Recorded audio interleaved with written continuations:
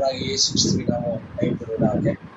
So அந்த ராத்திரி நேரத்தில் உங்களை ரொம்ப நாள் கழிச்சு மறுபடியும் மீட் பண்றதுக்கு ஆண்டவருக்கு நல்ல ஸ்லாக்கியத்திற்காக ஆண்டவருக்கு நான் நன்றி செலுத்துகிறேன். சம்டைம்ஸ் வந்து கனெக்ட் பண்ண முடியாத ஒரு சூழல், அதனால ஒரு நேரம் கிடைக்கும் போதெல்லாம் உங்களோட கூட ஆண்டவர்களுடைய வார்த்தையை பகிர்ந்து கொள்வது பிரசங்கம் பண்ணுவதற்காக அல்ல, நானும் இதோடு இணைந்து புதிய காரியங்களை கற்றுக்கொள்ள ஆண்டவர் உதவி செய்கிறார். அதற்காக நான் ஆண்டவருக்கு நன்றி செலுத்துகிறேன். சீசத்துவம் என்கிற அந்த பாட தலைப்பில் ஒரு காரியத்தை தான் நாம் தியானித்து வருகிறோம். இன்டிமேசி வித் காட், அதாவது தனிப்பட்ட விதத்தில் தேவனோடு இருக்கிற அந்த உறவு.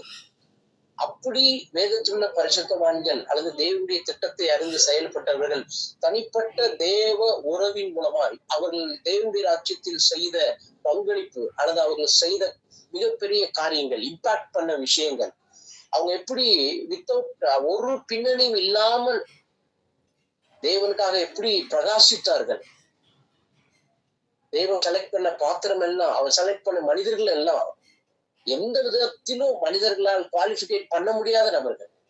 அதனால் ஆண்டவர் அவர்களை கையில் எடுத்து ஷார்ப் ஆக்கி அவங்க கிட்ட ஒரே ஒரு குவாலிஃபிகேஷன் தான், தனிப்பட்ட தேவ உறவை விரும்பினவர்கள், தனிப்பட்ட வாழ்க்கையில தேவனை மகிமைப்படுத்த, தேவனை முதன்மைப்படுத்த, முக்கியப்படுத்தினவர்கள். அவர்களை கொண்டு மிகப்பெரிய காரியங்களை ஒரு சாம்பியனா ஆண்டவர் நமக்கு முன்பதாக வைத்திருக்கிறார். அந்த சீஷத்துவத்துல ஒரு பாடம் அல்லது ஒரு தலைப்பு என்னன்னா, தனிப்பட்ட விதத்தில் தேவனோடு இருக்கிற உறவு. அததான் ரொம்ப டீப்பா நம்ம தியானிச்சுட்டு வர்றோம். அதுல சில எப்படி எல்லாம் ஆண்டவரோடு நம்ம நெருங்கி சேர முடியும், என்ன மாதிரியான நம்முடைய எமோஷனல் ரிலேட்டடா இருக்கட்டும், நம்ம பர்சனல் ஃபேமிலி எதுவா இருக்கட்டும், அந்தந்த காரியங்கள் மூலமாய் நம்மளோட கனெக்ட் ஆகலான்றத நம்ம தியானிச்சு வந்துட்டு இருக்கோம். அதுல மோசஸோட லைஃப் பார்த்தோம், தாவீதோட லைஃப் காரியங்களை பார்த்தோம், சங்கீதங்களை பார்க்கிறோம். இதுல ஒரு மாதிரி போகும். அதுக்கப்புறம் கேரக்டர்ஸ் ஃபெயிலியர் சக்சஸ் ரெண்டு பேர் நம்ம பார்க்க போறோம். ஸோ அதுக்கப்புறம் இன்னும் 2-3 தலைவர்கள நான் யோசிச்சு வச்சுக்கிறேன், கத்து நம்ம அதை கட்டி பண்ணலாம். இன்னைக்கு தாவீது எழுதின 2வது சங்கீதம், மீன்ஸ் அவர் எழுதின 2வது சங்கீதம். முதல் சங்கீதம் நான் 3வது சங்கீதமா பார்த்தோம். இன்னைக்கு அவர் எழுதின சங்கீதம் என்னன்னா சங்கீதம் 4. லாஸ்ட் வீக் நான் லாஸ்ட் எடுக்கிறப்போ சங்கீதம் 3 உங்களுக்கு நான் எடுத்தேன், ஞாபகம் இருக்கு. அதுல ரொம்ப அற்புதமான காரியங்களை எக்ஸ்பிளனேஷன்லாம் பார்த்தோம். இன்னைக்கு நாம் சங்கீதம் 4வது சங்கீதத்தை நம்ம பார்க்க போறோம். சங்கீதம் சங்கீதம் 4 ஐ திங்க் 8 வசனம் இருக்கு. ஒரு 8 பேர் வாசிக்க வாய்ப்பு இருந்துச்சுன்னா 8 பேர் வாசிங்க, இல்லைன்னா 4 பேர் 2 சங்கீதமா வாசிங்க. பட் எல்லாரும் வாசிக்கணும்ன்றத நான் விரும்ப போறேன். ஸோ சங்கீதம் 4 1-8 ஒரே நபர் வாசிக்காம வேற வேற ஆட்கள் வாசிச்சா நல்லா இருக்கும். ஓகே, ஸ்டார்ட் பண்ணுங்க. நான் என் நீதியின் தேவனே, நான் கூப்பிடுகையில் எனக்கு செவி கொடும். நெருக்கத்தில் இருந்த எனக்கு விசாலம் உண்டாக்கினீர். எனக்கு இறங்கி என் விண்ணப்பத்தை கேட்டருளும். ஆமென். எதுவரைக்கும் என் மகிமையை அவமானப்படுத்தி வீணானதை விரும்பி பொல்லாத பொய்யை நாடுவீர்கள். பக்தியுள்ளவனை கர்த்தர் தமக்காக தெரிந்து கொண்டார் என்று அறியுங்கள். நான் கர்த்தரை நோக்கி கூப்பிடுகையில் அவர் கேட்பார். பாவம் செய்யாதிருங்கள். உங்கள் படுக்கையிலே உங்கள் இருதயத்தில் பேசிக்கொண்டு அமர்ந்திருங்கள். நீதியின் பலிகளை செலுத்தி கர்த்தர் மேல் நம்பிக்கையாயிருங்கள். எங்களுக்கு நன்மை காண்பிப்பவன் யார் என்று சொல்லுகிறவர்கள் அநேகர். கர்த்தாவே, உடைய முகத்தின் ஒளியை எங்கள் மேல் பிரகாசிக்க பண்ணும்.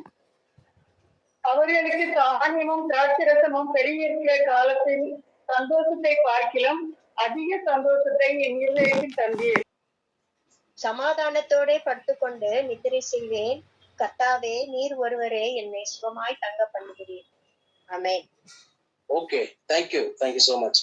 இந்த 4வது சங்கீதத்தை நீங்க தனித்தனியா வாசிக்கும் போது ஒவ்வொருத்தருக்கும் ஒவ்வொரு அர்த்தம் இருக்கும். நான் விசுவாசிக்கிறேன், இந்த தாவீது எழுதின சங்கீதங்களை நாம் தியானிக்கிற பொழுது ஒரு சங்கீத பகுதியை எப்படி தியானிக்கணும், ஒரு மெடிடேட்டுக்கோ சர்ச்சுக்கோ சங்கீத பகுதியை வேத பகுதியா நீங்க தியானிங்கன்னு சொன்னா ஈஸியா நீங்க அதை ப்ரிப்பேர் பண்றதுக்கு கற்றுக்கொள்வதற்கான அந்த சிந்தையோட நான் இதை உங்களுக்கு எடுக்கிறேன். நான் மெசேஜ் கொடுக்கணும், வெல் ப்ரிப்பேர்டா நான் பண்ணணும், அந்த தாட் எனக்கு கிடையவே கிடையாது. சீசத்துவம் என்பது தேவனுடைய விருப்பத்தை செயல்படுத்துகிறவர்கள் அல்லது தேவனுடைய காரியங்களை நன்கு கற்று தேர்ந்த அவரை போல, நான் அடிக்கடி அதான் சொல்றேன், திருமைந்தனி சாயலுக்கு ஒப்பான சாயல் எல்லா விதத்திலும் நம்ம இடத்துல இருக்கணும். ஸோ நான் ஒவ்வொரு வாரமும் நான் டீச் பண்ற அல்லது நான் இந்த பிரசங்க ப்ரிப்பேர் பண்றதுடைய நோக்கம் என்னன்னா, நான் ஃபர்ஸ்ட் சொல்லிட்டேன், மத்த பிரசங்கன்ற மாதிரி ரொம்ப உற்சாகமா ஆமை நல்ல இல்லையா அது ஒரு பக்கம் இருக்கு, அது ரொம்ப அவசியம். பட் அது மாதிரி இது இருக்காது. இது ஒரு வே டீச்சிங் மெத்தட் வந்து கொஞ்சம் டிஃப்ரெண்டா இருக்கும். ஸோ நான் என்னோட மனசுல உள்ளது நான் என்னன்னா, இந்த சங்கீதங்களை நம்ம எல்லாரும் சேர்ந்து தியானிக்கிறப்ப உங்களுக்கு ஒரு ஈஸியான ஒரு ஐடியா கிடைக்கும். நீங்க கொஞ்ச நேரம் நீங்க செய்தி கொடுத்தீங்கன்னா, ஐயோ நான் ப்ரிப்பேரா இல்லையே அப்படின்னு சொல்லவே கூடாது. இதுல இருக்கிற எல்லாருமே ஆண்டவர் உங்களை சீசனா பாக்குறாரு, அவரை போல பாக்குறாரு, வெல் ப்ரிப்பேர்டா இருக்கணும் எல்லாருமே அப்படின்னு அவர் எதிர்பார்க்கிறாரு. அப்போ நம்ம சங்கீதம் முழுவதும் நம்ம வாசித்து முடிக்கிறதுக்குள்ளார எங்க உங்களை எப்போ யாரு செய்திக்கு தாராளமா நான் தரேன், சங்கீதம் எடுப்போமா 3 எடுப்போமா, டக்குன்னு ஒரு 3 வாசிங்க, இதுதான் கீவேர்டு, இதுதான் சங்கீதம், இதுதான் சொல்ல வருது அப்படின்ற ஒரு பிக்சர் உங்களுக்கு நான் கொடுக்கணும்ன்றது என்னோட வாஞ்ச. நான் ஜோம் பண்ணிட்டு இருக்கேன், அந்த எனக்கு நிறைய இன்ஃபர்மேஷன் கொடுத்துட்டு இருக்காங்க. ஸோ அதை தான் நம்ம இதுதான் இதன் அடிப்படையில தான் இந்த சங்கீதம் நம்ம பார்க்க போறோம். ஓகே, இப்ப சங்கீதம் 4வது சங்கீதத்தை 8 வசனங்கள் இருக்கு. இந்த 8 வசனங்களை ரிப்பீட்டடா வர்ற வார்த்தைகள் என்ன, தேவனை குறிச்சு என்ன சொல்லுது, மனுஷங்களை குறித்து எந்தெந்த வசனம் சொல்லுது, அப்படி உங்களால ஏதாவது ஃபைண்ட் அவுட் பண்ண முடியுதா, கண்டுபிடிக்க முடியுதா? இல்ல ரிலேட்டடான வசனங்கள் ஜெபம் பண்ணும்போது தாவீதுடைய நெருக்கத்துல ஆண்டவரை நோக்கி ஜெபம் பண்ணும்போது ஆண்டவர்கிட்ட கேட்கிறார், என் நீதி தேவனே நான் கூப்பிடுறது எனக்கு செவி கொடு. ஓகே, முதல் வசனத்தை அடிப்படையா சொல்றீங்க, அவருடைய நெருக்கத்துல அவர் ஜெபம் பண்றாரு. Very good, very good. அடுத்து வேற யாராச்சும் இந்த சங்கீதம் என்ன அடிப்படையில எழுதப்பட்டிருக்கலாம், ஒரு தலைப்பு கொடுக்கல, அந்த சங்கீதத்துக்கு என்ன தலைப்பு கொடுக்கலாம்?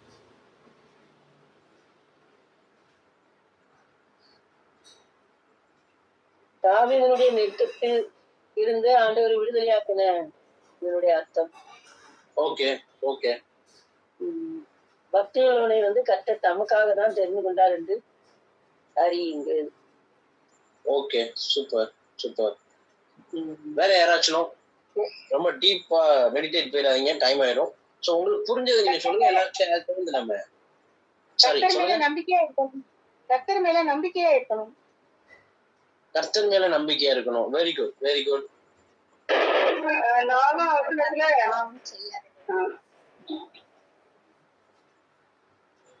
சொல்லுங்க, 4வது வசனம்.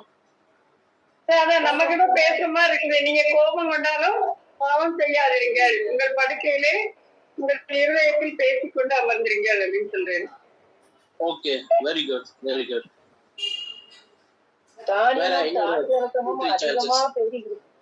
அதிகமா பெருகி அவரோட நெருங்கி பேசுறது போல இந்த சங்கீதத்துல நம்மளும் அப்படி நெருங்கி ஜீவிக்கணும்னு அது அர்த்தம்.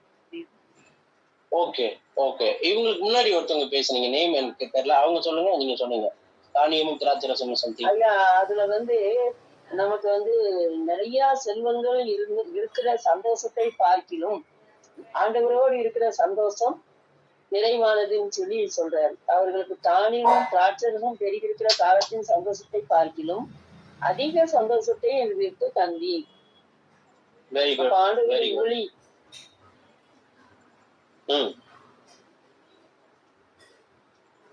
இப்ப நம்ம விண்ணப்பம் பண்றோம், கர்த்தருக்கு ஜெபம் பண்றோம், ஆனா அந்த ஜெபத்துக்கு பதில் கிடைச்சிருது அப்படின்றத இந்த சங்கீதத்துல நம்ம பார்க்கிறோம். 10 சங்கீதத்திலேயே பாருங்களேன், என் நீதி தேவனே கூப்பிடுகையில் எனக்கு செவிகொடும் அப்படின்னு சொல்லிதான் ஆரம்பிக்கிறாரு தாவீது.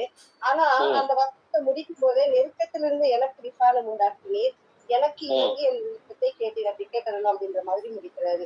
அப்ப நம்ம நெருக்கும் பொழுது நிச்சயமா கர்த்தரிடத்துல இருந்து என்ன செய்யுது, பதில் கிடைக்குது, பதில் வந்துரும் அப்படின்ற ஒரு நிச்சயத்தை தாவீது இந்த இடத்துல உண்டு. Very good, very good. ஜோம் பண்றதுக்கு முன்னாடி அந்த ஃபுல் ஃபெய்த், ஃபுல் ஃபார்ம்ல போகணும். சம்டைம்ஸ் நமக்கு ரொம்ப ஒரு மாதிரி ஒரு குழப்பமா இருக்கும், இது நடக்குமா, இதெல்லாம் ஜோம் பண்ணலாமா அப்படின்னு ஒரு விசுவாசம் இல்லாம இருக்கணும். ஆனா அதை குறிச்சு ஏராளமான வசனங்களை நம்ம பைபிள்ல பார்க்கலாம். எப்படி நம்ம ஜெபம் பண்ணணும்ன்றது, எப்படி ஜெபிக்கணும், எப்படி ஜெபம் பண்ணா நமக்கு நடக்காது அப்படி, அது ஒரு பெரிய ஒரு சாப்டர். ஒவ்வொரு ஜபங்களையும் குறிச்சு பாத்தீங்கன்னா ரொம்ப டிஃப்ரெண்டா இருக்கும், நீங்க ஈஸியா கண்டுபிடிக்கலாம். ஆனா இந்த வசனத்துல தாவீதோட ஒரு கான்பிடென்ட் அப்படி சொல்லலாம், ஒரு நம்பிக்கை என்னன்னா, நான் ஜெபம் பண்றேன், நான் நெருக்கன்றது இங்க நம்ம புரிஞ்சுக்கிற ஒரு வார்த்தையில இருக்கு. சரி, அதுக்கு முன்னாடி ஒரு சின்ன ஒரு கேள்வி கேட்டுறேன். நெருக்கம் என்றால் என்ன? இடுக்கன் நமக்கு வர்ற பாடுகள். எந்த பக்கம் போனாலும் நமக்கு நெருக்கடியான சூழ்நிலைகள் வரும்போது நாம் மோசமான சூழ்நிலை. நீங்க எல்லாருமே நெருக்கத்தோட அதாவது நெருக்கம் என்றால் என்ன? நெருக்கம்னா நீங்க வேற வேற அர்த்தங்களை சொல்றீங்க. பட் நெருக்கம்னாலே என்ன? ரொம்ப அது இடுக்கமான நெருக்கம். ம். அதாவது அதிக துன்பப்படுறது, அதிக துன்பம். ரொம்ப சிம்பிளா யோசிங்களேன். இப்போ நானும் சாமியல் அண்ணன் இன்னைக்கு இருக்கிறாரான்னு தெரியல. இப்ப நானும் அவரும் சின்ன வயசுல இருந்து ஃப்ரெண்டு. உன்னை அப்படியே கழுத்தை நெரிச்சிடுவேன் அப்படின்னு என்ன அர்த்தம்? அப்படி எடுத்துக்கோங்களேன். இறுக்கி பிடிக்கிறது. ஒரே இருக்கு அப்படின்னா என்னுடைய புரிதல்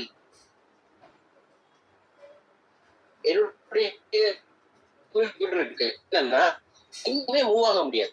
நெருக்குன்றது அப்படியே நம்மள ஸ்டில் ஒரே இடத்துல அப்படியே உட்கார வைக்கக்கூடிய ஒரு சூழல். இங்கிலீஷ்ல டிஸ்ட்ரெஸ்ன்னு கொடுத்துருக்காங்க இதுக்கு பேரு. அப்படின்னா பல மீனிங் இருக்கு. அதுல மன உளைச்சல் இருக்கு, துன்பம் இருக்கு, துயரம் இருக்கு. துன்பம் வேற, துயரம் வேற, மன உளைச்சல் வேற. சாமி சொல்றாரு இதெல்லாம் இந்த நெருக்கடி அப்படின்னு சொல்லிட்டு, அப்ப இந்த மாதிரி சூழல்ல நான் இருந்தேன். நீங்க எனக்கு மன உளைச்சல் வார்த்தைகள், துயரன்றது வேற, எல்லாமே வேற வேற காரியங்கள். ஆனா ஒரு மனுஷனுக்கு இது எல்லாமே நடக்கும். இந்த சங்கீதத்தினுடைய ஒரு தலைப்பு கொடுக்கணும் அப்படின்னா டெலிவரன்ஸ் ஆஃப் ஈவினிங் ப்ரேயர், அதாவது ஜபத்தின் மூலமா விடுதலை அப்படின்னு நம்ம இங்கிலீஷ் பைபிள்ல அல்லது மத்த இதுல ஒரு தலைப்பு கொடுத்துருக்காங்க. சில மொழிபெயர்ப்பு அல்லது ஒத்த வாக்கிய பைபிள்ல மாலை ஜபம் அப்படின்னு கொடுத்துருக்காங்க. ஆனா இன்னொரு சில இதுல பாத்தீங்க அப்படின்னா ஒரு விடுதலைக்கான ஒரு மாலை ஜபம். ஏன்னா இந்த படுத்து நித்திரை செய்து கொண்டு நீங்க வந்து படுத்த அளவு கோபம் கொண்டு பாவம் செய்யாதீங்க, நீங்க என்ன பண்ணிட்டே இருங்க, இருதயத்துல பேசிட்டே இருங்க, நீங்க அமர்ந்துருங்க. இந்த மாதிரி வசனங்களை வச்சு அவங்க ஒரு தலைப்பு கொடுத்துருக்காங்க. ஃபர்ஸ்ட் நான் ஒவ்வொரு வசனமா நம்ம பார்க்க போறோம். இந்த 8 வசனத்தை 4 பிரிவா நமக்கு பிரிச்சு காண்பிக்கிறாங்க. முதல் இந்த நெருக்கத்துக்கு எக்ஸ்பிளைன் பண்ணிட்டு நான் அடுத்த பால் போறேன்.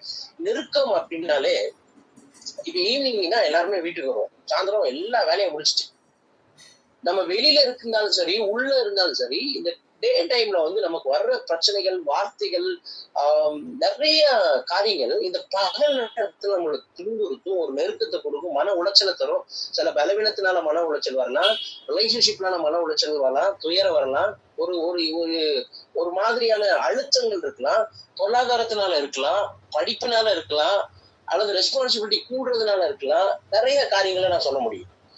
இது எல்லாம் இந்த ஈவினிங் டைம் வந்து நம்முடைய வாழ்க்கையில ஒரு நிம்மதியற்ற சில வசனங்களை பாருங்க. அதிக சந்தோஷம்னா ஒரு பீஸ்ஃபுல் லைஃப், ஒரு ஜாய்ஃபுல் லைஃப், ஒரு சமாதானம். அதான் அந்த கடைசி முடிக்கிறார், சமாதானத்தோட படுத்து. படுக்கிறதுக்கு முன்னாடி சமாதானம் தேவை. இப்ப நிறைய பேருக்கு பிரச்சனையா இருக்கும்.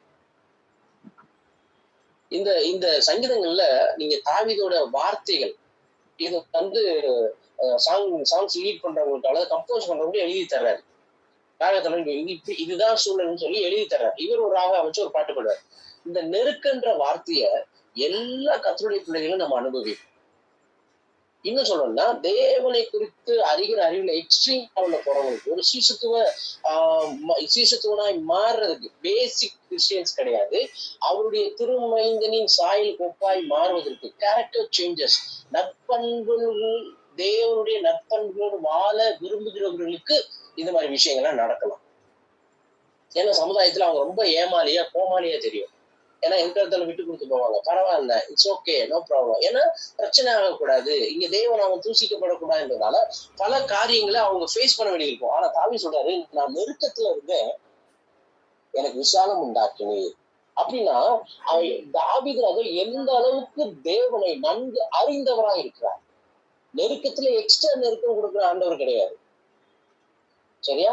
ஒருத்தர் ஒரு விசுவாசி சொன்னார், இன்னைக்கு நிறைய கிறிஸ்துவ உலகத்துல ஆறுதல்ன்ற பேர்ல நிறைய அப்யூஸ், அந்த வார்த்தையை நான் சொல்ல விருப்பப்படல, அது நடக்குது பாஸ்டர். ஆறுதல் சொல்றோம், உங்களை கம்ஃபர்ட் பண்றோம், அல்லது உங்களுக்கு கவுன்சிலிங் கொடுக்குறோன்ற பேர்ல நிறைய தேவனுக்கு விரோதமான காரியங்கள் அல்லது அவர்களை தவறான காரியங்களை நடத்துகிற செயல்படுகிற அப்யூஸ் பண்ணக்கூடிய ஒரு சூழல்ல போயிடுச்சு. அதுக்காக நம்ம ஜெபம் பண்ணணும். ஆனா தாவீதோட ஒரு அழகான ரோல் மாடல் நான் சொல்றேன் எல்லாருக்குமே, நம்மளுடைய நண்பர்களோடு, நம்மளுடைய நம்பிக்கைக்குரியவோடு நம்முடைய காரியங்களே வேதனைய அதை ஷேர் பண்றது தப்பு இல்ல, ப்ரேயர் சொல்றதுக்கு தப்பு இல்ல. என்ன பொறுத்தளவு இயேசுவா தவிர ஒரு ஒரு கான்பிடென்டான ஒரு நம்பிக்கைக்குரிய நபர் இந்த உலகத்துல யாருமே கிடையாது.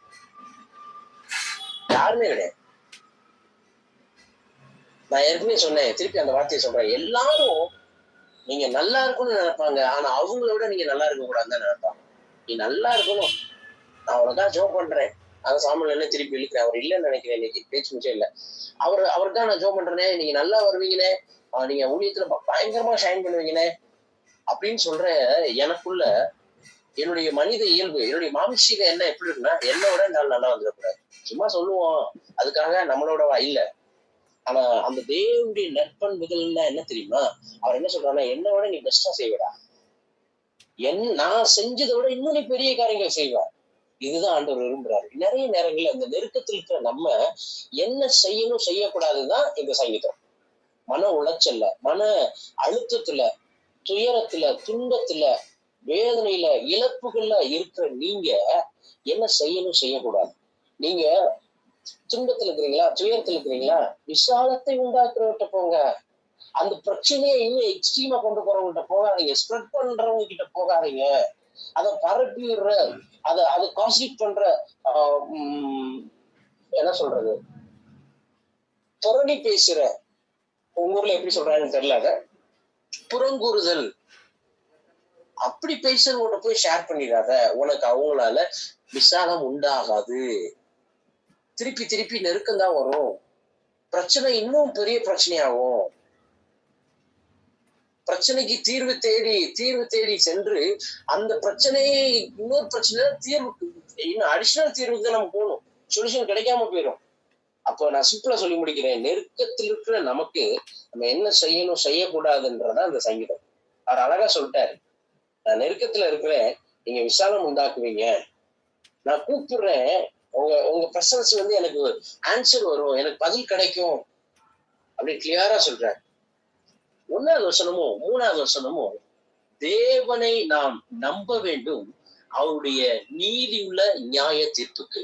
மன உளைச்சல் ஆக்குனவங்க, நமக்கு துயரத்தை துன்பத்தை தருகிறவர்கள், அல்லது நம்மை வேதனைப்படுத்த நம்மை குறித்து தவறாய் பேசுகிறவர்கள், பார்க்காததை செய்யாததை செஞ்சான்னு சொன்னா, நீங்க வெயிட் பண்ணுங்க, கடவுளை கர்த்தரை நம்பி அவருடைய நீதி நியாய தீர்ப்புக்கு. அப்படிதான் வசனம் ஆரம்பிக்குது. என் நீதியின் தேவனை ஆரம்பிக்கிறாரு. அப்ப ஏதோ பிரச்சனை இருக்கு அவருக்கு. அதனால ஆண்டவரை ஒவ்வொரு டைமும் அவருடைய ப்ரேயர் லைஃப்ல ஒரு பேரை சொல்லி கூப்பிடுறாரு. இங்க என்ன கூப்பிடுறாரு, என் நீதியின் தேவனை. அப்படின்னா எனக்கு ஒரு பிரச்சனை இருக்கு, எனக்கு நீதி தேவை, ஜஸ்டிஸ் தேவை. அது எப்படி இருக்கணும்னா ரைச்சஸ்னஸா இருக்கணும், நீதி உள்ள நியாயத்திற்கு தேவன் சொல்லி தாவீது இங்க எதிர்பார்க்கிறார். ஃபர்ஸ்ட் 1வது வசனமும் 3வது வசனமும் நீங்க பாத்தீங்கன்னா அவருடைய நியாயத்திற்பை குறித்து, கர்த்தர் மேல் நம்பிக்கையா இரு, அவர் உனக்கு சரியான நியாயத்திற்கு செய்வார். வசனம் 1 அடிஷனலா ஒரு பாயிண்ட் தர்றேன். இப்படி மன உளைச்சல் இருக்கிற நீங்க, துன்பத்தில் இருக்கிற நீங்க, துயரத்தில் இருக்கிற நீங்க ஃபர்ஸ்ட் பிரேயர்ல தான் இருக்கணும். இந்த மாதிரி ஒரு மன உளைச்சல், ஒரு டிஸ்அப்பாயின்மெண்ட் அல்லது ஒரு மாதிரி மென்டலி டிஸ்டர்ப்டா இருக்கீங்களா, நீங்க தயவு செஞ்சு வேற எங்க போனாலும் நம்மளுடைய எமோஷனல், அதுதான் அதுக்கு அடுத்த வசனம் சொல்ல வர்றாரு.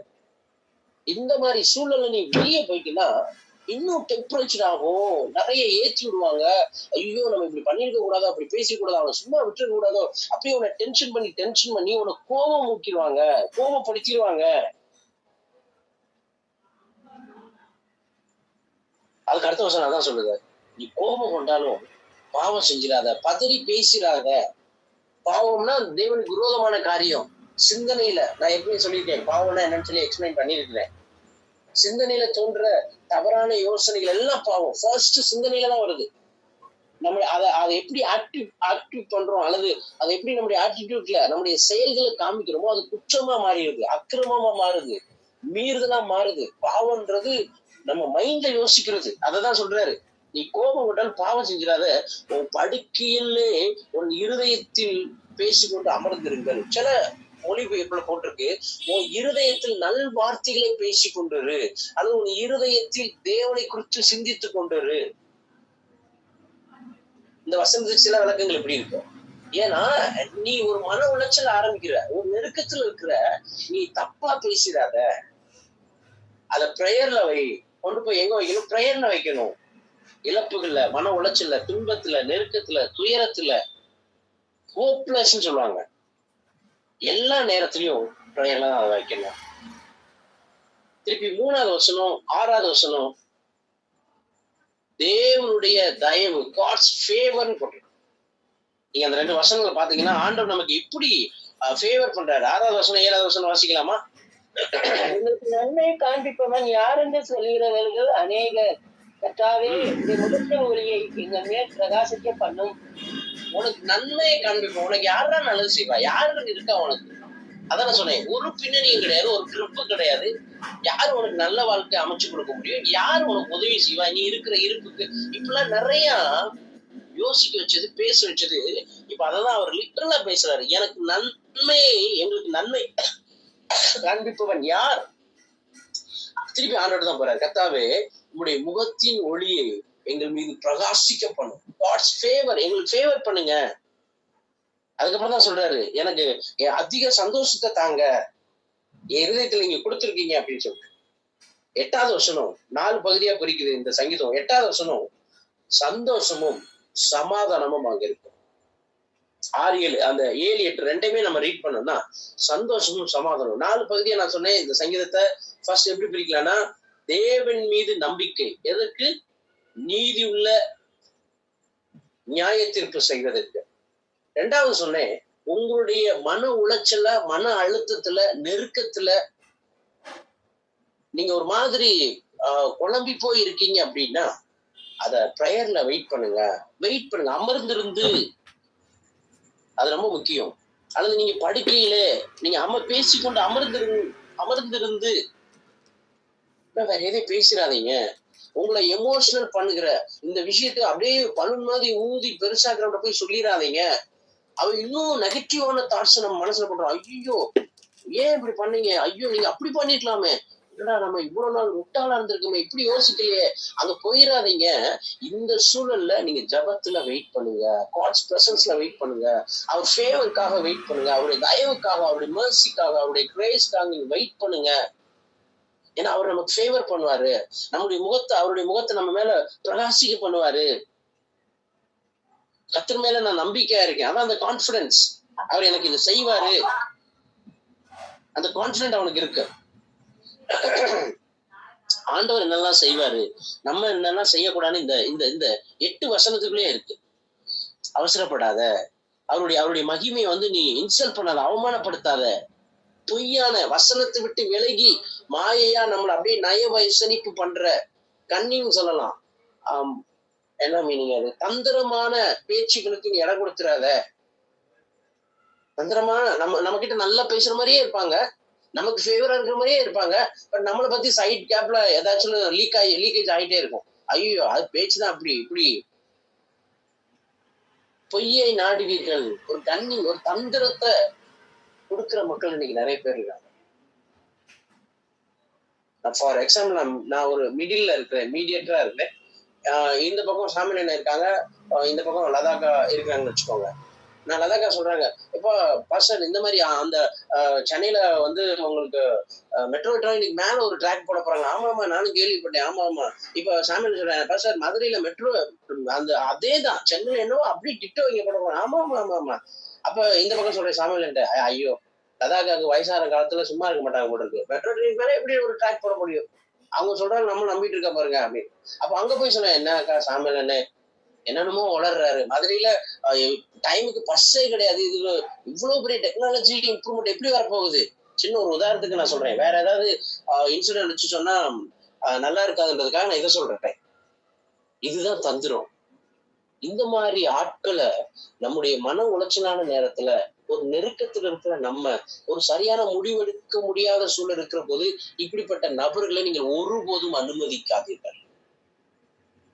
தந்திரம் யாருடைய கேரக்டர் தெரியுமா? எல்லா தேவனுடைய ராஜ்யத்தின் பிள்ளைகளுக்கும் இந்த கிங்டம்ஸ் எப்படி சொல்லலாம், தேவனுடைய ராஜ்யத்துக்காக ரொம்ப ஹார்ட் ஒர்க் பண்ணி அவருடைய ராஜ்யத்தை கட்ட நினைக்கிற எல்லாரும் கூட இந்த தந்திரமான ஒரு ஆள் இருப்பாங்க. சீசருக்குள்ளே இருந்தாங்க. இயேசு செய்த அற்புதங்களை பார்த்த கண்ணார பார்த்தவங்களுக்குள்ளே அந்த ஒரு கன்னிங் பீப்புள் இருந்தாங்க. ஆண்டவர் நீ என்னத்த செய்ய போறாரு, உனக்கெல்லாம் ஒண்ணும் நடக்காது இப்பெல்லாம் என்ன பேசுறாங்க. ஆனா தாவி சொல்றாரு எல்லாத்தையுமே தேவ சமூகத்துல, அதான் ஈவினிங் ப்ரேயர், சாயந்தரம் உட்காந்து அப்படியே பொறுமையா சொல்றாருப்பா இப்பெல்லாம் நடந்துச்சுப்பா, எனக்கு இப்பெல்லாம் மன உளைச்சல் ஆயிடுச்சுப்பா, துயரம் ஆயிடுச்சுப்பா அப்படியே சொல்லிட்டு இப்பதான் சொல்றாரு. அவருக்குள்ளே பேசிக்கிறார். இப்ப சொல்றாரு, நான் போய் தூங்க போறேன். எப்படி தூங்க போறேன்? பீஸ்ஃபுல்லா தூங்க போறேன், ஒரு ஹாப்பியா தூங்க போறேன், சமாதானத்தோடு படுத்துக்கொண்டு நித்திரை செய்வேன். கர்த்தாவே நீர் ஒருவரே என்னை சுகமாய் தங்க பண்ணுவேன். நம்ம லைஃப்ல என்ன எடுத்துக்கிறோம் அப்ளிகேஷன், ஒரு 3 விஷயங்களை சில காரியங்களை கொடுக்குறேன். அதுல ஃபர்ஸ்ட் நான் சொல்றேன், தேவனுடைய பாதுகாப்பு, அக்கறையை நாம் நம்ப வேண்டும். தேவனுடைய பாதுகாப்பு, அவருடைய அக்கறை, அவருடைய கேரிங் இதுல இருக்கு. நீங்க இன்னும் பொறுமையா வாசித்து பார்த்தீங்கன்னா தெரியும்.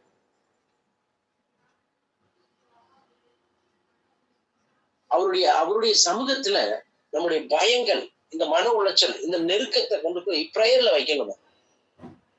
அதுக்கப்புறம் லாஸ்டா சமாதானம், சந்தோஷம், நிம்மதி தேவனுடைய பிரசன்னத்துல மட்டும்தான் இருக்குன்றதுல நம்ம தெளிவா இருக்கணும். கிளியர் மைண்ட்ல இருக்கும். எங்க போனாலும் இது கிடைக்காது. அதான் சொன்னேன், ஆறுதல் அப்படின்ற பேர்ல நிறைய அப்யூஸ் பண்றாங்க. இத கேள்விப்படுறப்ப ஒரு மாதிரி இருந்துச்சு. கவுன்சிலிங் கொடுக்கறதே தப்பா அப்படின்ற மாதிரி ஆயிடுச்சு.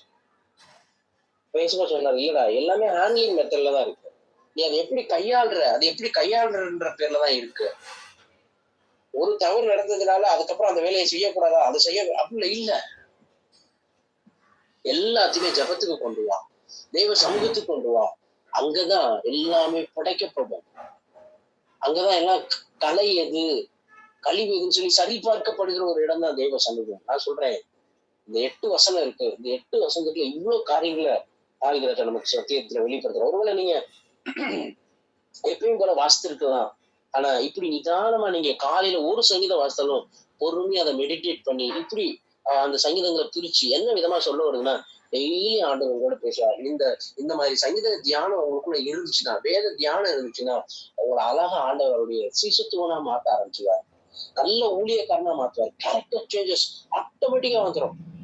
இந்த சங்கீதத்தை கொஞ்ச நேரம் தியானிச்சோம், நம்ம என்ன செய்யணும் என்ன செய்யக்கூடாதுன்றத ஆண்டவர் கிளியரா நமக்கு சொல்லி கொடுத்துட்டாங்க. அப்ப என்ன செய்யணும், தெய்வ பிரசன்னத்துல என்ன செய்யணும், அங்க என்ன இருக்கு, நம்ம எதை எங்க சொல்லக்கூடாது, இதுதான் சத்தியம். இந்த சங்கீதம் 4 மாலை நேர விடுதலைக்கான ஜபம் அப்படின்னு சொல்லி நம்ம பார்த்தோம். இது எல்லாமே இதுல இருக்கு. நீங்க ஈவினிங் ரிட்டர்ன் வந்துட்டு இந்த சங்கீதத்தை வாசலே போதும்னு நினைக்கிறேன். அது ஒரு ஜபமா, என் நீதியின் தேவனே நான் கூப்பிடி எனக்கு செவிக்கொடும், நெருக்கத்திலிருந்து எனக்கு விசாலம் உண்டாக்கினீர், எனக்கு இறங்கி விண்ணப்பத்தை கேட்டறணும், பக்தி கத்தை தமக்காக தெரிந்து கொண்டார் என்று அறிஞர்கள் கத்தரை நோக்கி கூப்பிடுங்கள், அவர் கேட்பார். நீங்கள் கோபம் கொண்டாலும் பாவம் செய்யாதீங்க. உங்க படுக்கையில உங்க இருதயத்துல பேசிக்கொண்டு அமர்ந்திருங்கள். நல் வசனங்களை நல் வார்த்தைகளை பேசிக்கிட்டே இருங்க. உங்களுடைய விசுவாசத்தை விட்டுறாதீங்க, பேசிக்கிட்டே இருங்க, என்கரேஜ் பண்ணிட்டே இருங்க. தைரியத்தோட விசுவாசத்தோட தைரியத்தை அப்படின்ற மாதிரி அதை இன்க்ரீஸ் பண்ணிட்டே இருங்க. நீதியின் பலிகளை செலுத்தி சரியானதை செய்து கர்த்தர் மேல் நம்பிக்கையா இருங்க. சொல்லலாம், உனக்கு யாரா உனக்கு நல்லது செய்ய போறா, நீ எல்லாம் எப்படி நல்லா இருப்பேன்னு பார்க்கலாம், இதுக்கப்புறம் உன் வாழ்க்கை எப்படி இருக்குன்னு பார்க்கலாம்னு சொல்றாரு. உங்க முகத்தின் பிரகாசிக்க. அவன் நினைக்கிறான் தானியமும் திராட்சை ரசமும் அதுதான் அவனுடைய சந்தோஷம், அதுதான் அவனுடைய செழிப்பு. அந்த சந்தோஷத்தை விட மோர் தென் எக்கச்சக்கமான சந்தோஷத்தை நீங்க எனக்கு தந்திருக்கீங்கப்பா. நான் இப்ப போய் தூங்க போறேன், சமாதானத்தோடு படுத்து கொண்டு நிறுத்த கர்த்தாவே ஒருவரே என்னை சுகமாய் தங்க பண்ணினீர். 4 பகுதியா இந்த சங்கீதங்கள் பிரிக்கப்பட்டிருக்கு. 3 விஷயங்களை நம்ம இதுல இருந்து எடுத்துக்கொள்ளலாம். நம்முடைய உதவிக்காக நம்ம இடத்துல போக வேண்டும். தேவனுடைய நியாயத்திற்காக வெயிட் பண்ணுங்க, அவசரப்படாதீங்க. உங்களை மன உளைச்சலா இருக்கணுங்க, நீங்க எப்படியோ போகட்டும், அப்படியே போகட்டும், இல்ல. தேவனுடைய நியாயத்திற்காக வெயிட் பண்ணுங்க. உங்க நீதியை பட்டப்பகலை போல விளங்க பண்ணுகிறவர் அவர். யார் எனக்கு முன்னாடி இருக்க முடியும்? அவர் செய்த தீங்குக்காக நாம் அவர்களை வையவோ அல்லது மனதார அவர்களை நம்முடைய வேதனையை கொட்டிக்கவோ கூடாது. வசனம் சொல்றது, தீமைக்கு தீமை செய்யாத, உதாசீனத்துக்கு உதாசீனத்தை சரி கட்டாத, அதற்கு பதில் நீ ஆசீர்வாதத்தை சுதந்திரித்துக் கொள்ளும்படி அழைக்கப்பட்டவன் என்று அறிந்து. ஏன்னா நீங்கள் நானும் இன்னர் பீஸ் சொன்னாங்க, உள்ளான சமாதானத்தை அனுபவிக்க பிறந்தவன். ஜபத்துல ஒரு நம்பிக்கையோட இருங்க, கர்த்தருடைய நியாயத்திற்காக காத்திருங்க. உங்களுடைய சந்தோஷமும் சமாதானமும் தேவ சமூகத்துல தான் இருக்கு சொல்லி நீங்க உணர்ந்து கொள்ளுங்க. மன உளைச்சலான நேரத்துல, மன அழுத்தம் அல்லது நெருக்கமான நேரத்துல கர்த்தரை நோக்கி பாருங்க.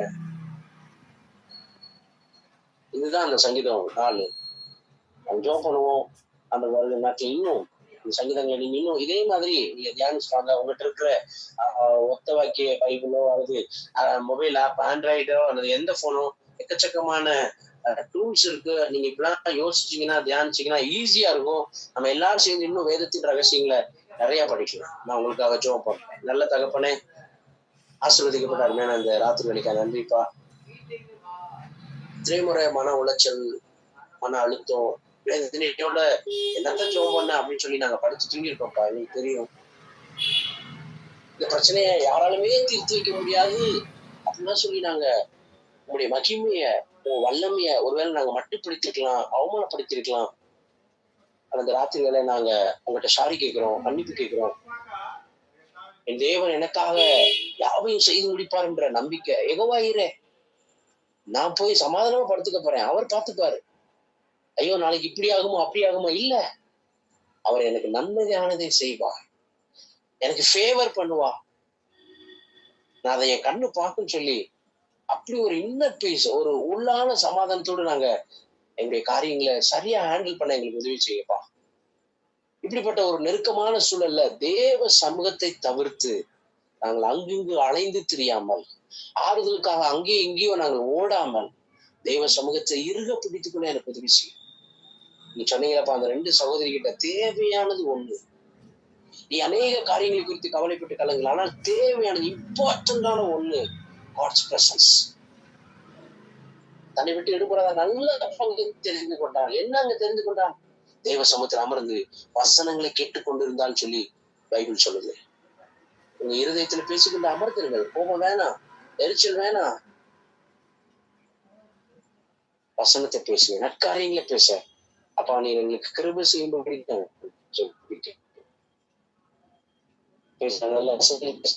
இந்த நினைவோடு நாங்க திருப்பி செல்வோம்.